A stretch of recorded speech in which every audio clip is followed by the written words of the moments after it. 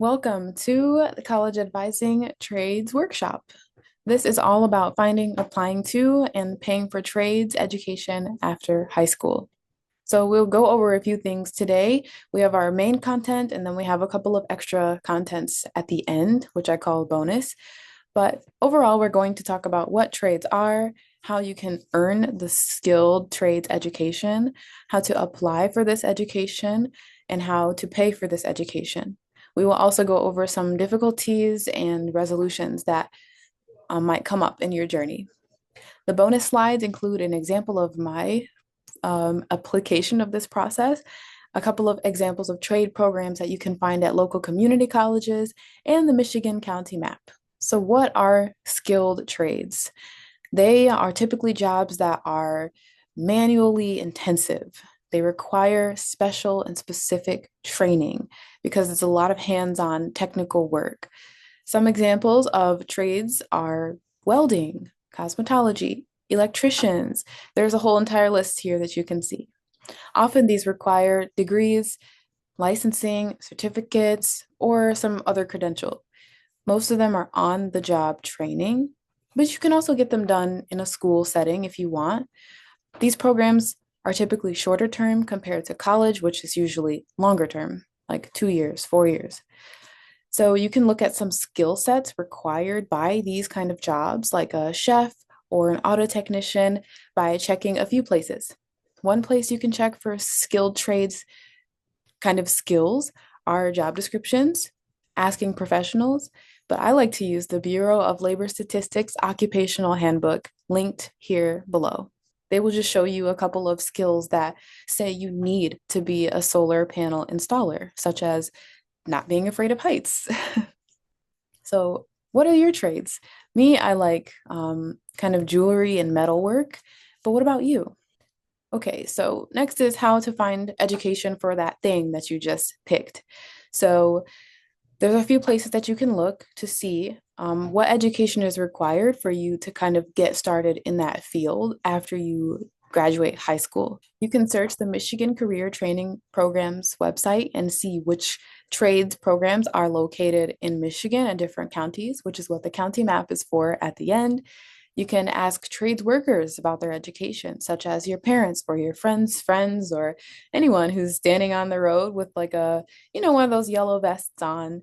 Just ask them, like, how did you become what you are? How do you do what you do? Another way to find trades education is to research your favorite companies and see if they have any training programs, such as the CAT apprenticeship program linked here. So the next thing is what I like to do is deep research online by just picking an educational term and matching it to what I'm interested in.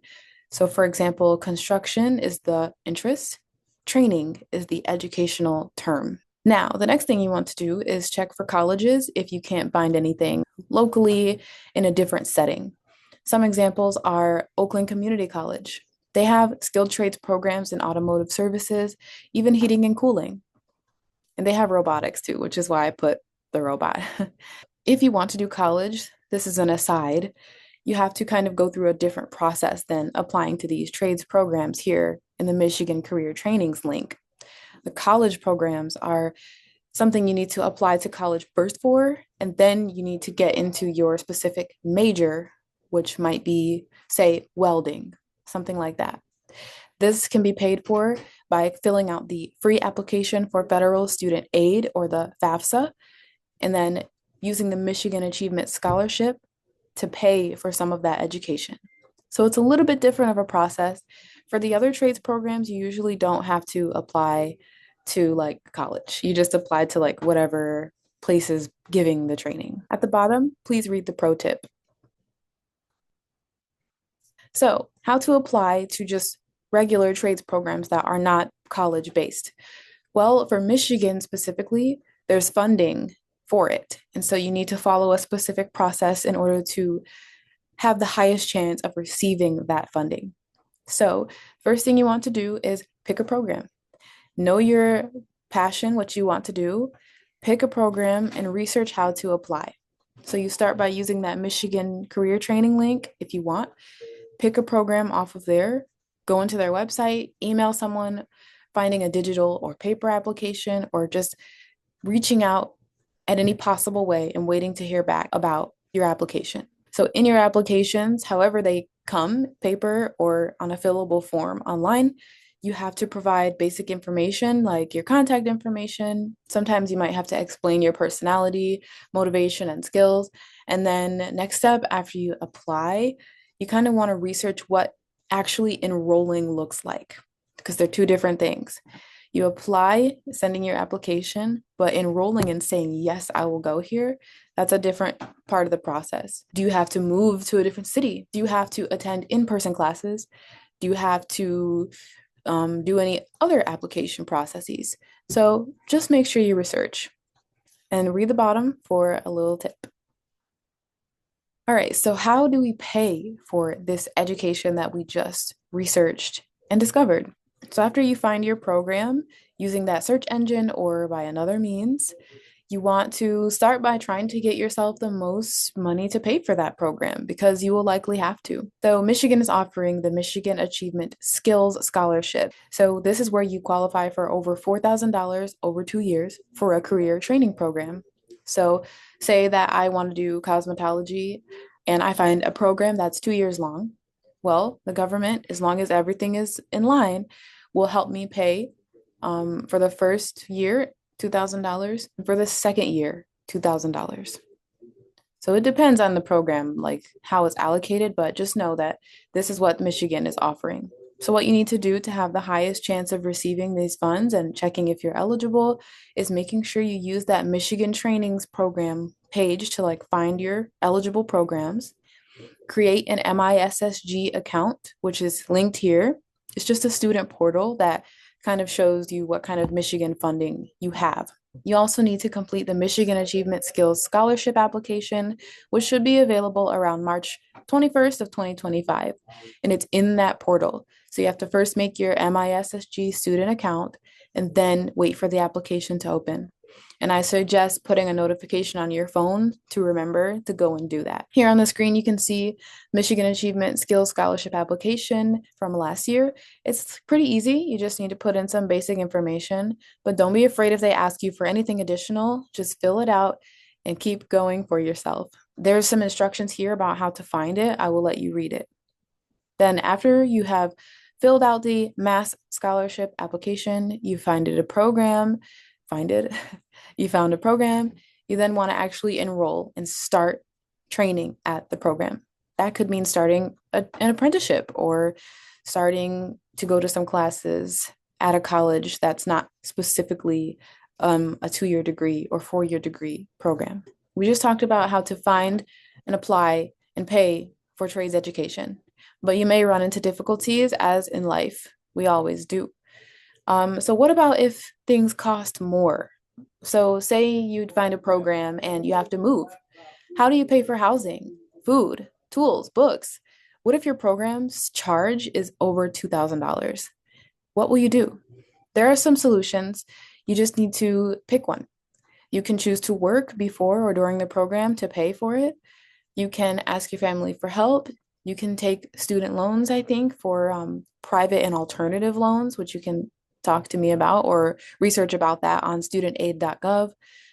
Or Michigan State has a website called ELM Select that also has like different vendors who give private loans. You might be able to ask the program if there's other funding options available, such as financing or when you have to pay. Like maybe you don't have to pay until you finish, or maybe you have to pay all up front. Maybe they can separate the payment into different pieces. You just have to ask. So another challenge you might think about is the timing. So if the program is only 3 months, or if it starts at a strange time, what will you do before, during, and after the program? You have to think about these things to set yourself up for success. So what about furthering education? Can you really be a welder based off of this 3 month training program that they've given you in the skilled trades, or must you continue studying? This would be something to ask your program. So we discussed what are the skilled trades, how to earn trades education, how to apply for it, and how to pay for it. We talked about challenges and solutions thinking. This is a little note from me if you want to read it.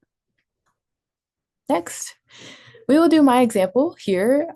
This is kind of how I would like flow through this whole process so we can like keep our heads wrapped around everything. So I really like fashion and accessories, and I want to learn how I can do this for the rest of my career. So one of my trades interests is like fashion and metal work. So say putting the like metal on bags like this. I have no clue about it right now, okay? So the first thing I like to do is just take a preliminary research. I will search for fashion and accessory internships or jobs, anything that I can just gather some more information about what that actually is. So I find a job description from Coach that has a lot of skills in it. It talks about being a craftsperson, it talks about that a degree is applicable or education in trades is applicable. So there's a lot of little things I can take from a job description. The next thing I want to do is find out, okay, I just read all of these skills in the job description. How can I acquire or get those skills? Well, if I want to start smart, I will look at the Michigan Training and Careers engine that we saw earlier, which is also linked here. I will try my best to use any keywords that I can from the description of that coach post, such as leather, craft, sewing, or metalwork. So I'm just going to see if Michigan has anything for me and if I can get funding from it. So I'm going to find something on their website and see if I can apply to one of the programs that I found and then go from there. So after I applied to the program or before or during it, I just need to make sure I make my student MISSG account. So that way, when it's time to apply for the Michigan Achievement Skills Scholarship or the MASS Scholarship, then I'll be ready. And the government will see that this is kind of what I'm doing. I'm readying myself to receive funding for this program. This time is when I will start thinking a little bit more about logistics, like, what happens if I get what happens if the program accepts me? What does enrollment look like? Now, after I've already enrolled into the program, I've applied to the Michigan Achievement Skills application. Hopefully, I can talk with my program and see like if they are able to provide funding in different ways, if there's an excess cost, or how the Michigan Achievement Skills Scholarship will be applied. Does the school receive a check? Does the program receive like a direct deposit from the government? Like, we have to know how it works. But if all of these things don't work and I fail and I find nothing, then I start over. I broaden my research. I explore alternative paths and I ask for help. And we start the whole process all over again from 1 to 4. So here are some colleges that have trades programs. I know one student here was talking to me about a welding program, and we thought that there was a program outside of college that we found on Google from simply looking up her passion and an educational term like welding training. So yes, we found programs, but I called the program to make sure that there was still availability, and no, nothing. So they actually recommended she go to a community college, which is good because the government pays for these in a large part. So we have these different ones here with their different programs you can click through. But remember, back a few slides ago, to go to college means you have to apply to college and apply to the free application for federal student aid to receive any eligibility of funding.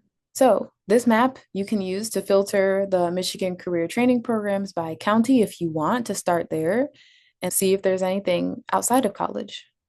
Thank you so much for attending this little training. Let me know if you liked it by sending me an email at dwashington@ypsd.us.